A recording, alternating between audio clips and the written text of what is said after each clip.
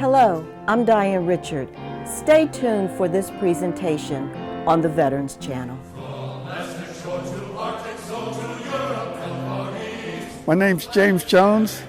I'm a retired Chief Petty Officer of the United States Coast Guard. Back in 1966, I wanted to join the Air Force, actually, and I was a mill clerk at Coppers, downtown Pittsburgh, and I was waiting for the Air Force to give me a call. So meanwhile, before they called me, I got my draft, not a draft notice, but I got a draft letter that I had to come down to the federal building and take a physical. So I went up, took a physical. Of course, I was classified 1A, and I went down to see the Air Force recruiter, trying to figure out what's going on with my paperwork. And back then, they didn't have computers and stuff like that. Everything was snail mail. So he kind of told me lost track of the paperwork, and he'll give me a call. So on the way out, I looked in this little office on the right-hand side, and it was the Coast Guard. And the chief in there says, "Can I help you?" And I explained to him what happened. He said, "Well, let me test you.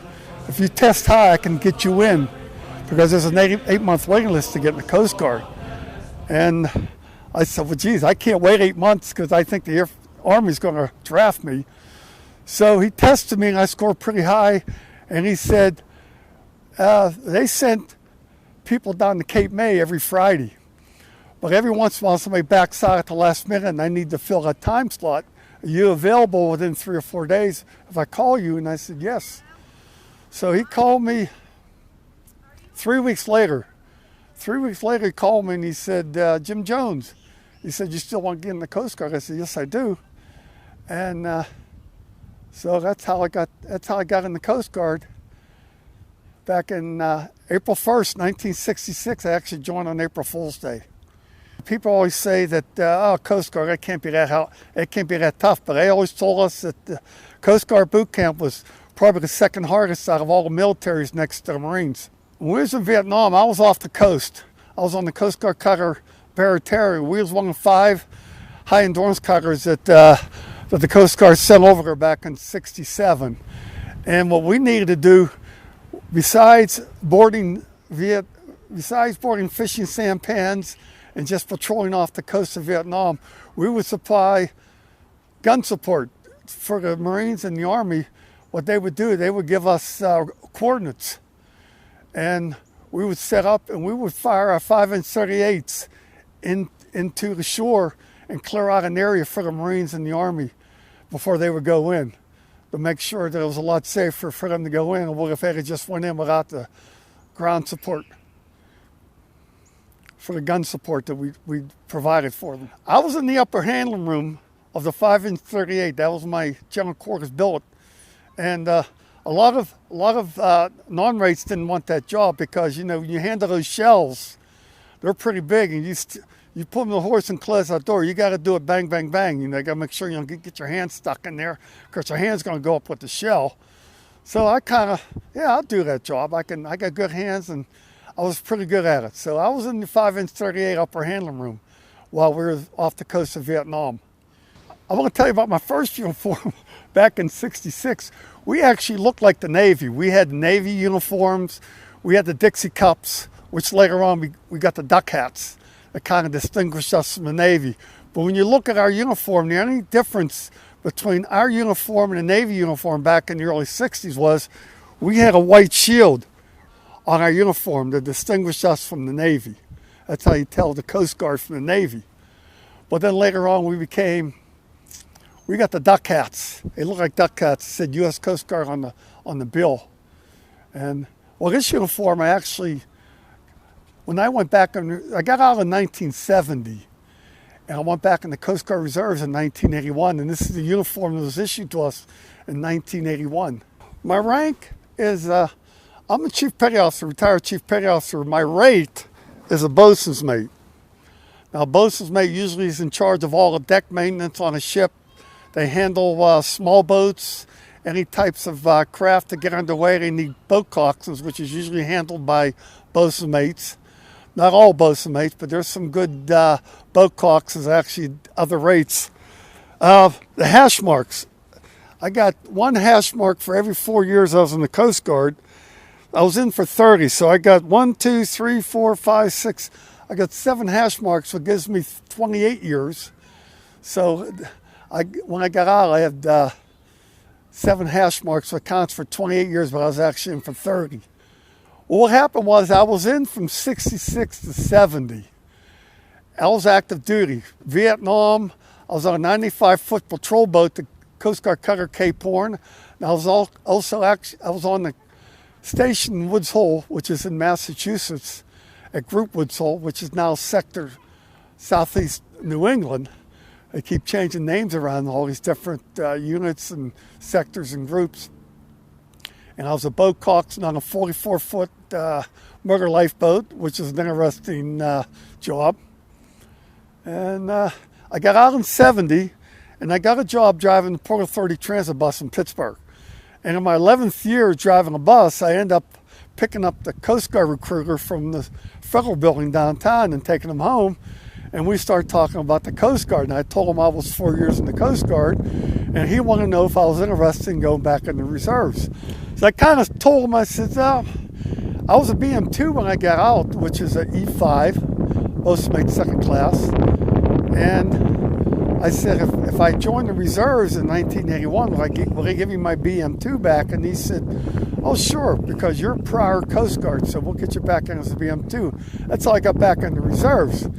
So during the time in the reserves, I just, after each enlistment, I thought about getting out, but I didn't. I re-enlisted, and before you know it, I made BM1, and by the time I got up to Chief Petty Officer back in 2002, I just decided to tell my wife, I'm going to stay in as long as I can because I want to enjoy doing my job as a Chief Petty Officer. So I stayed in. I ended up down in Texas for 3 years. Port Arthur, Texas. We were providing security down in Beaumont, Texas, for the offloads and onloads of the military ships coming in upriver, because they had a lot of supplies that came in from Fort Hood, and they were taking things to Fort Hood on a train. So we provided a lot of waterside security for the Port of Beaumont. While I was in the Coast Guard, my family always say you always take a lot of pictures because you always look back and you reminisce the past. So I did take a lot of pictures while I was in the Coast Guard. So started with Papa 62 down in Cape May, New Jersey, April to June of 1966. So that's my boot camp picture. And then I got on, I got to look to see what I'm doing here. I started taking pictures. I was assigned to the Coast Guard cutter Barataria. At the time, it was in Portland, Maine. So I went up to Portland, Maine, reported on the Coast Guard cutter Barataria. I was an E2. So, of course, I did all the dirty jobs, cleaning the heads, scrubbing decks, mess cooking, whatever. But, I dealt with that. And there's a Barataria. There's a Barataria here. We went out to the North Atlantic. We did a lot of ocean stations. We did an Echo, a Bravo, and not a fun time out there. And sometimes when you go out there, they have a lot of bad weather. You're out there for 30 days bouncing around in 30, 40-foot seas. So that was kind of a trying time. Let's see. We captured a turtle off the ship on Ocean Station Echo, and they used them for soup, which I don't think the enlisted ever got a taste of it. I think they provided it all for the officers. And then, anyway, they told us after we did these ocean station patrols, they had an all hands in the mess deck on the Coast Guard cutter Barataria, and they told us that we were going to go to Vietnam on April 1st of 1967. Now, a lot of people on our ship wasn't real happy about it because they were going to leave their families. But me, as a single 20-year-old, I wanted to do it because, to me, ocean station patrols was boring. You're out there, you get seasick. It's just, it wasn't a comfortable experience. So when they told us we were going to Vietnam, yeah, I relished the idea of going. We left Portland, Maine, April 1st of 1967, and we headed on down the east coast of the Atlantic Ocean of the United States. And the Coast Guard cutter Yakutat and the Coast Guard cutter Half Moon caught up with us. And we went down, about 5 or 6 days, we got down to the Panama Canal, and we were supposed to transit the canal. And I don't have many pictures from the canal itself, but anyway, we sat out there all day on the Atlantic side until it was our time to go through the canal, and I was standing the 8 to 12 watch. So by the time we started through the canal, it was just about past midnight. So I actually went to bed that night. I went to my rack and I slept all night because I had the 8 to 12 watch the next day. So during the transit time through the canal, I actually missed that because sleep was more important to me than going out there looking at a lock wall out there in the Panama Canal. So the next morning we started transiting out on the Pacific side. It was time for me to go back watch, and the sun come up, and I was ready to go back on sea watch again. And we transited on the Balboa side of the canal and headed on up the coast of Mexico to, let's see, we had a rendezvous with either the Coast Guard cutter Gretchen or the Coast Guard cutter Bering Strait. I can't remember which one it was. One of them was on the Pacific coast, and one of them we was going to meet up in Pearl Harbor in Honolulu, because there was 5 Coast Guard cutters was going to go over to Vietnam back in 1967, and they were all 103-foot high endurance cutters. We were all the same class. And I actually got that picture right here.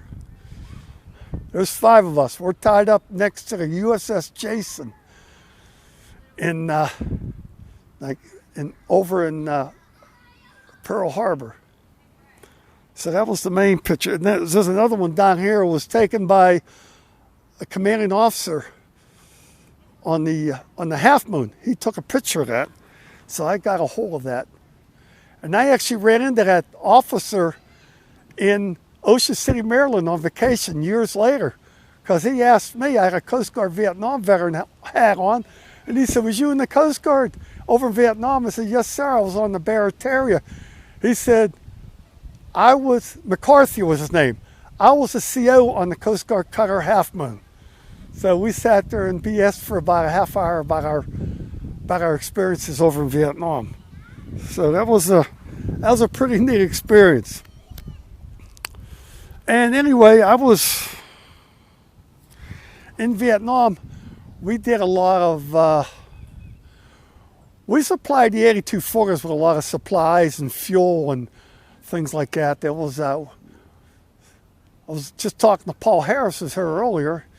He was actually on one of these cutters when they met us out there in the South China Sea. We sat about 5 or 6 miles off the coast in South Vietnam.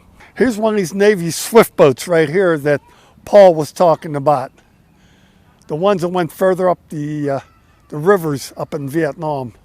I have a picture of a swift boat right here.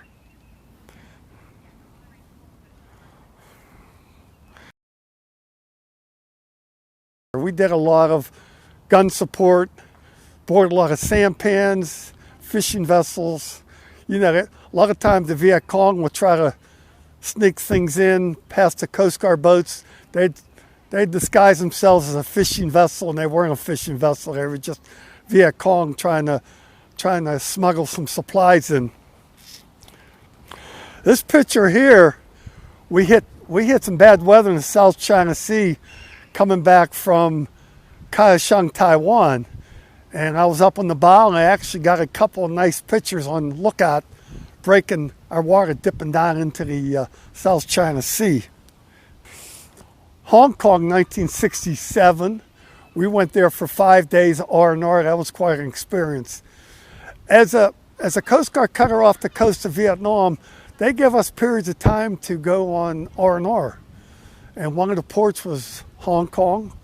We went to Bangkok, Thailand. We went to Kaohsiung, Taiwan. That's the 3 I can remember. And we spent some time in Olongapo City in Subic Bay. There's a Vietnam picture right here. that we went into the Macau province in Vietnam. I was on the boat crew that went in, and of course I always took my camera with me. And I told our corpsman, I'm gonna put one of these young people on top of my shoulders. I want you to take a picture of me. Well, before he can look through the camera and actually take a picture, I had about 20 young Vietnamese children that right around me. So they all got their picture taken. So that's where I got that from. And this is the village right here, in Macau province. There's some more Vietnamese kids here. They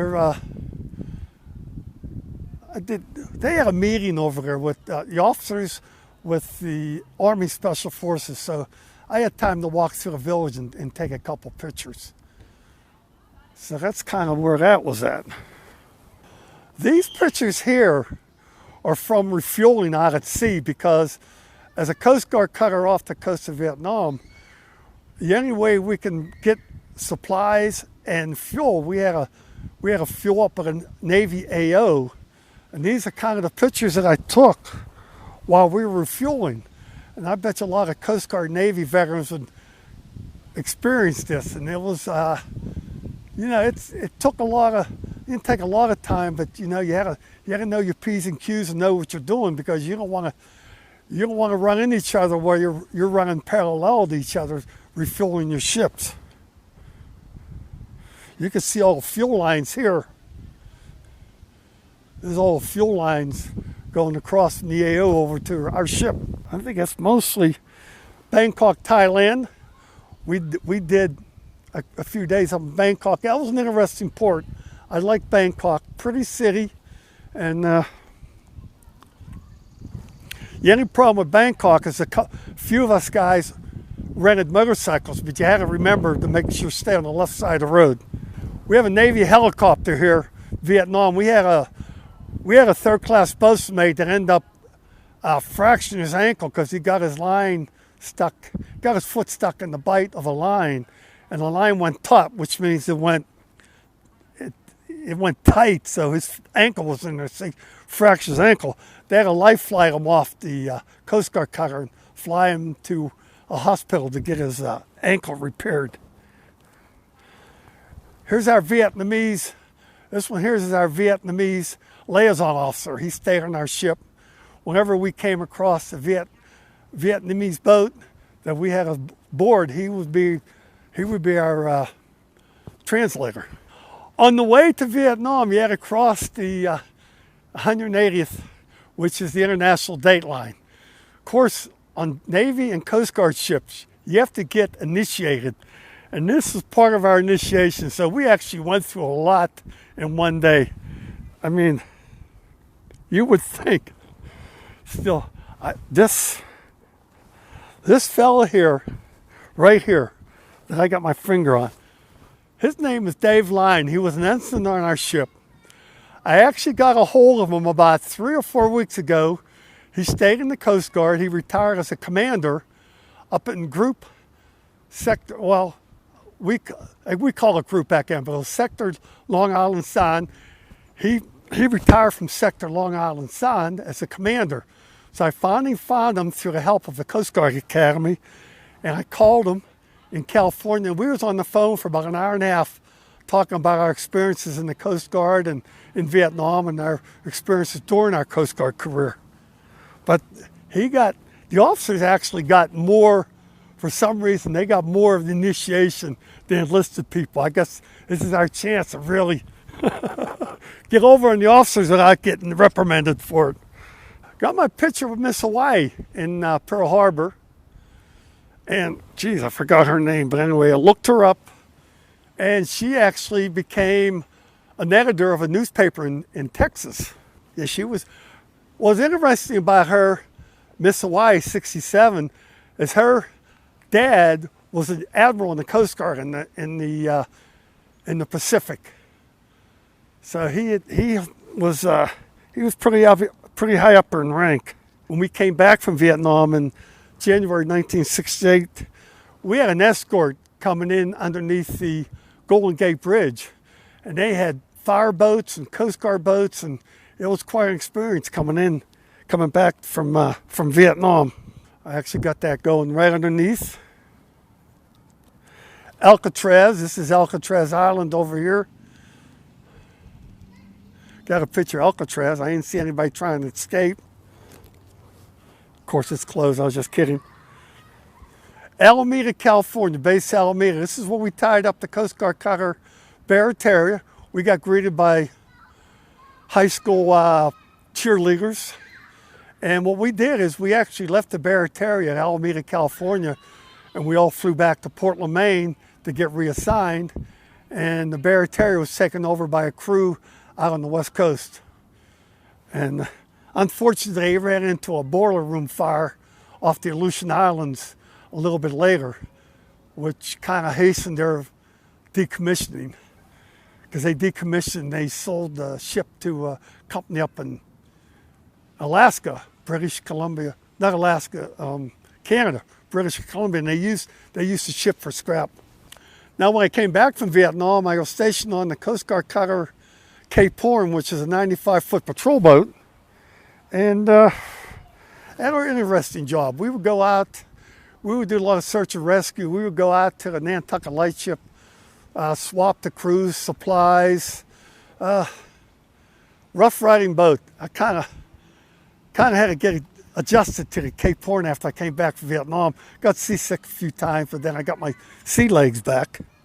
I was on there for about 8 months, and when I made petty officer second class, they needed a boat coxswain over in Woods Hole. So I got transferred to Woods Hole and got qualified as a boat coxswain. And there's an 80-foot footer right down here, the 44339. I actually tied it up to the legs of the Buzzards Bay Light Tower, which doesn't exist anymore. They tore that down and replaced it with a giant buoy. Let's see. That was kind of the end of my active duty career. And then when I went back in the Coast Guard in 1981 as a reservist, I started a scrapbook, things that I did in the Coast Guard as a reservist, which you would think would be kind of boring, but actually I went to school in Alameda, California. I went to 3 different schools down in Yorktown, Virginia. I went to a 2-week school in Marathon, Florida, a type of a small boat that they had. They wanted us to get qualified on. And after 9/11, they got really, well, no, before that, I actually did 3 months. It was called a summer stock program up in the Great Lakes. What they do with the reserve program is the Coast Guard looks for reservists to have the summer off to go up to augment these small boat stations along the Great Lakes because they need extra people. So I volunteered because I just retired from Port Authority Transit in 1994, driving a bus. I had 25 years. I took my retirement. And then summer of 95, I asked to go on summer stock, and they sent me up to, let's see if I have it around. They sent me up to Station Portage, which was up in Houghton, Michigan. It was actually a 15-hour drive to get up there. So that's where I spent the summer of 1995 as a reservist, augmenting the active duty people up at the Great Lakes. I did some duty down in Charleston, South Carolina. I did a couple 2-week stints down there, and this is our helo ops offshore in Charleston, South Carolina. I did a couple of helo ops where they put me on the basket. Here I am down here. We put rain gear on because the propellers from those helicopters would kick up a lot of water, so you got pretty wet. So you have rain gear. That's me in here. I'm in here. They had one where they put me on the Stokes litter, and they brought me up to the helicopter, touched the petty officer up there, and then lowered me back down to the boat. I did 2 weeks down in Jacksonville, Florida, Mayport actually, and we provided security down there for loading offloads of cargo. I was doing my weekend duties and my 2 weeks active duty around Pittsburgh, and I actually spent a year and a half up at Station Erie, up at Presque Isle in Erie, Pennsylvania. I came back and I went back to Pittsburgh. Oh, after 9/11 happened, it kind of kind of got crazy for people in the Coast Guard Reserves. They was putting us on active duty. And I spent some time down in New Orleans, and then I got activated in Pittsburgh for 8 months, providing security for escorts for the towboats and the barges come up and down the Allegheny, Monongahela, and Ohio River, because we had to make sure that there wasn't anybody trying to sabotage those tankers and things like that. After I got off active duty in Pittsburgh, a few months later, my XO calls me in the office, and he said that they wanted a chief postmate down in Port Arthur, Texas.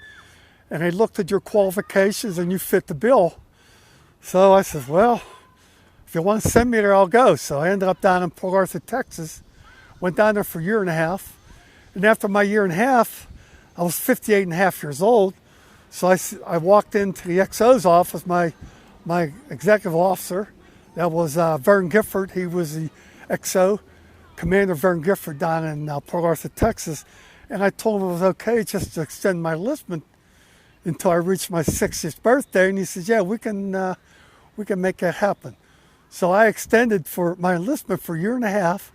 So what's really funny is when I did my 30 years, and my age of 60 both came in the same month, and that's when I retired from the Coast Guard. But then I had a friend of mine wanted to have a retirement ceremony in Pittsburgh because we were actually assigned to Pittsburgh, even though we were down in Port Arthur, Texas for 3 years. So we went back to Pittsburgh, and in May of 2007,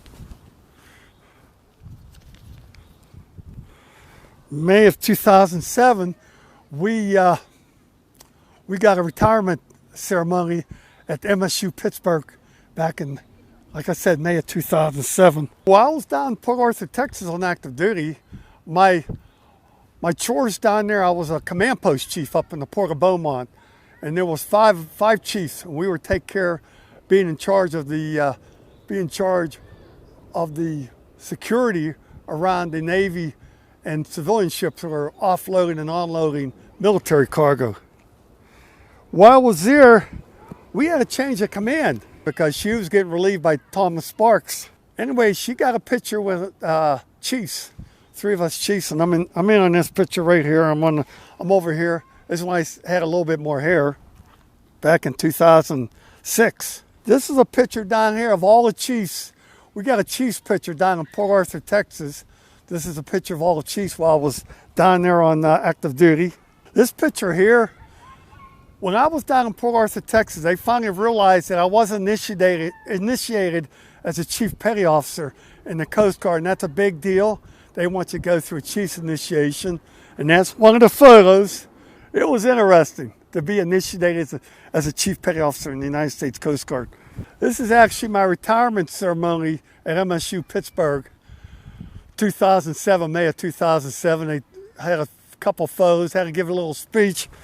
I was up there talking. I got a little choked up because my father-in-law, he passed away a month before, and he was an Army veteran, and he was involved in Normandy, and he was one of those kind of Army people that never wanted to talk about it. So I mean, there are a lot of Army vets that do not want to talk about Normandy, and I'm sure there's reasons why they don't, but never got into that.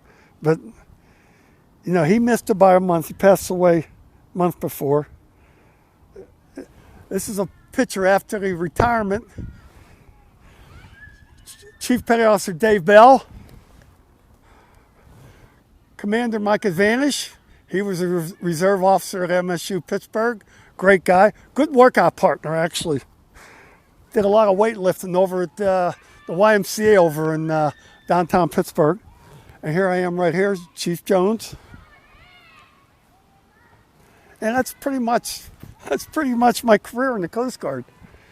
It was a long time, and don't know where it all went, but it was. I will do it again. I enjoyed the Coast Guard. I enjoyed getting underway. I became a sailor. I was never been on a boat or a ship before that, before I joined the Coast Guard. So it was all a brand new experience with me. How to learn how to tie knots, how to stand sea watches, how to get underway on a small boat. And I worked my way up on the ship. You know, I became a third-class petty officer, and then I second, worked my way up to first. As a reservist, I made first-class bosun mate, and later on I became a chief petty officer in the United States Coast Guard Reserves. And I used that experience as being on active duty in Pittsburgh and in Port Arthur, Texas.